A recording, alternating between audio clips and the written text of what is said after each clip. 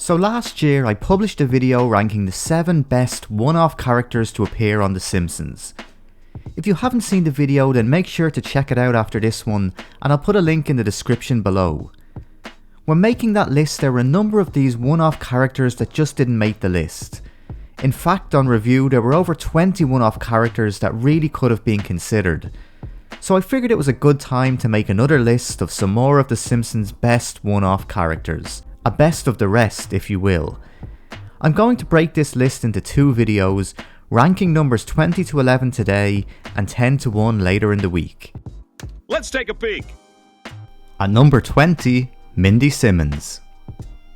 Hey, my favorite! Raspberry swirl with a double glaze. Double glaze. In the season 5 episode The Last Temptation of Homer, Mr. Burns is pressured into having at least one female employee at the nuclear plant and hires Mindy Simmons, voiced by actress Michelle Pfeiffer. Homer finds himself attracted to his new co-worker, who shares many of his interests including donuts, beer and afternoon naps. Despite his best efforts to avoid his feelings for Mindy, the two are selected to attend an energy convention together in Capital City, where they are crowned King and Queen of Energy and win a free dinner at a romantic Chinese restaurant. Homer's attempts to resist his attraction to Mindy appear to be failing, with even the fortune cookies working against him. Hey, we're out of these new love cookies. Well, open up the stick with your wife barrel. However, his love for Marge eventually proves stronger as they share a romantic evening together. At number 19, Sebastian Cobb. Appearing in the classic episode Marge vs. the Monorail, Sebastian Cobb is an engineer who Lyle Langley hires to build his original monorail in North Haverbrook. After Marge begins to suspect that Langley has sinister motives behind constructing the monorail in Springfield, she visits North Haverbrook to see the effects of its monorail, only to find an almost deserted ghost town. Here she meets Sebastian Cobb, who explains that Langley cut corners on the monorail's construction. Bad wiring, faulty brakes. As a celebrity on the maiden voyage was Gallagher. Although Cobb is eventually the person who advises Homer on how to stop the out-of-control monorail, he is also responsible for Marge failing to stop the monorail from making its maiden voyage in the first place. We're too late! I shouldn't have stopped for that haircut. Sorry. Although Cobb does make the most brief of appearances in season 29, I still think he deserves a place on the list, if only for producing one of the worst haircuts in the show's history. At number 18, Cooter. This place on the list could really be shared between Cooter and his son Spud, who both appear in the season 9 episode Bart Carney. Son, if you don't finish your cotton candy, you won't get your snow cone. Ah, heck. After the carnival arrives in Springfield, Bart damages one of its main attractions, resulting in Bart and Homer working at the carnival to pay off the debt.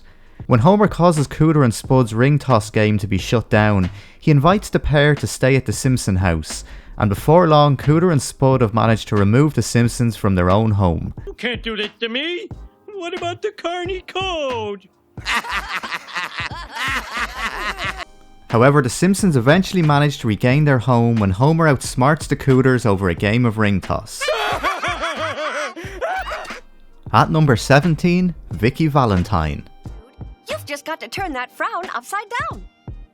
That's a smile, not an upside down frown. Work on that too. Appearing in the season 11 episode Last Tap Dance in Springfield, Vicky Valentine is a former child actress who rose to fame in the late 1930s, tap dancing in a number of hit movies.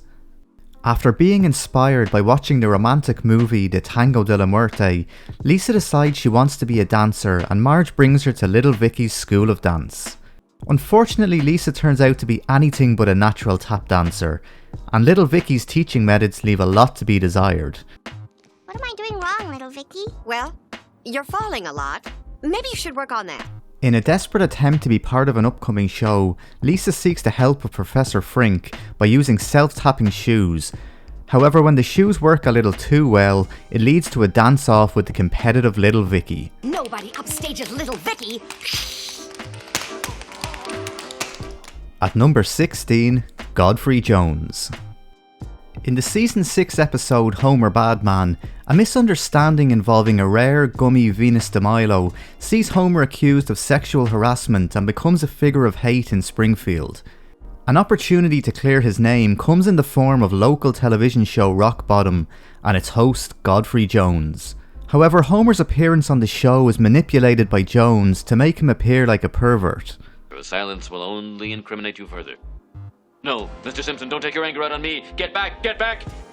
Mr. Simpson, no! Dramatization may not have happened. Homer gives up on ever clearing his name until groundskeeper Willie reveals that he secretly films couples in cars and has a tape that proves Homer's innocence. I didn't come forward because in this country it makes you look like a pervert, but every single Scottish person does it! This forces Godfrey Jones to issue an on-air apology to Homer as well as others who have been victims of the show's journalism. However, it doesn't take long until he's back to his old tricks. He's a foreigner who takes perverted videos of you when you least suspect it. He's Rowdy Roddy Peeper. At number 15, Big Daddy. Now you listen up, mon ami, and you listen good, yeah? The name is Daddy. Charles Daddy. The Simpsons spin-off Showcase was a non-canon Season 8 episode portraying characters from the show in their own spin-off series.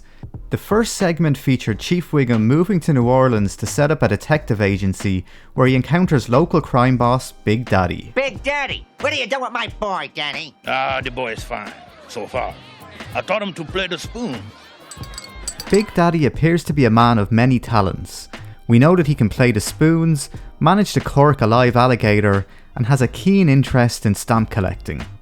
I got interest, and I ain't talking about stamp collecting, though I do find that extremely interesting. At number 14, Sherry Bobbins. A parody of a character from a certain Disney movie, Sherry Bobbins appears in a musical-themed episode which was met with mixed reception at the time. When Marge begins to lose her hair, the family decide to hire a nanny, and after several unsuccessful interviews, they find what appears to be the perfect nanny in Sherry Bobbins.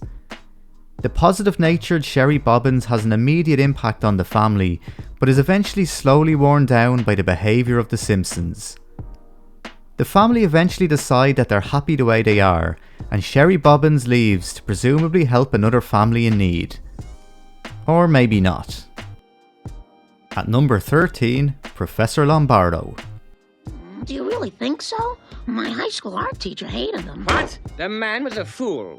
But still, one must admire the force of his conviction. Appearing in the Season 2 episode Brush with Greatness, Professor Lombardo doesn't have a lot of lines on screen, but almost every line is memorable. Voiced by John Lovitz, who also provides the voice of a number of great characters on the show, Professor Lombardo is an eccentric art teacher working at Springfield Community College, who manages to find a work of art in just about anything he sees. Now, if you'll excuse me, nature calls. Marvelous! After the family finds some of Marge's old paintings of Ringo Starr from high school, she's encouraged by Lisa to take up her old hobby again and joins Professor Lombardo's class, even managing to win first prize at the college's art show. Although expressing her gratitude to her teacher doesn't prove easy. You're so supportive. I wish every teacher was like you. Marge, please. I don't take praise very well. At number 12, Brad Goodman. If there's two things the people of Springfield are known for, it's their willingness to jump on a fad and their ability to quickly resort to a mob mentality. In the Season 5 episode Bart's Inner Child, they managed to do both, all thanks to self-help guru Brad Goodman, voiced by the legendary Albert Brooks. When Goodman holds a seminar in Springfield, he brings Bart on stage and praises his do-what-you-feel attitude to life, encouraging the rest of the town to follow suit. Be like the boy! Be like boy! Be like boy! And the people of Springfield take on board Goodman's advice without giving it a second thought. He's just peddling a bunch of easy answers. And how? The town's new carefree attitude eventually leads to a do-what-you-feel festival, where an out-of-control Ferris wheel causes the residents of Springfield to quickly turn on each other and forget all about Brad Goodman's advice. Oh, now, there's no need to resort to violence. Oh, sure there is. At number 11, Stonecutter number 1. You have joined the sacred order of the Stonecutters, who since ancient times have split the rocks of ignorance that obscure the light of knowledge and truth. Now let's all get drunk and play ping pong. When Homer joins the Stonecutters, a secret society in Springfield, it doesn't take long for him to manage to anger his brothers by destroying the society's sacred parchment, before inadvertently becoming the group's chosen one thanks to a birthmark in the shape of the Stonecutter emblem. The leader of the Stonecutters is referred to simply as Number 1, the highest ranking member of the organization's Springfield chapter. Number 1? What kind of stupid wiener name is that? Hello, my name is Number 1. The character's voice is provided by legendary actor Patrick Stewart of Star Trek and X-Men fame, said to be one of the most popular guest stars in the show's history. And in honor of this momentous occasion, we're having ribs. Stewart's received pronunciation accent really adds to the humour of the character's lines, delivered in a deadpan manner, often in complete contrast with the content of what he's saying. And now the final ordeal, the paddling of the swollen ass with paddles.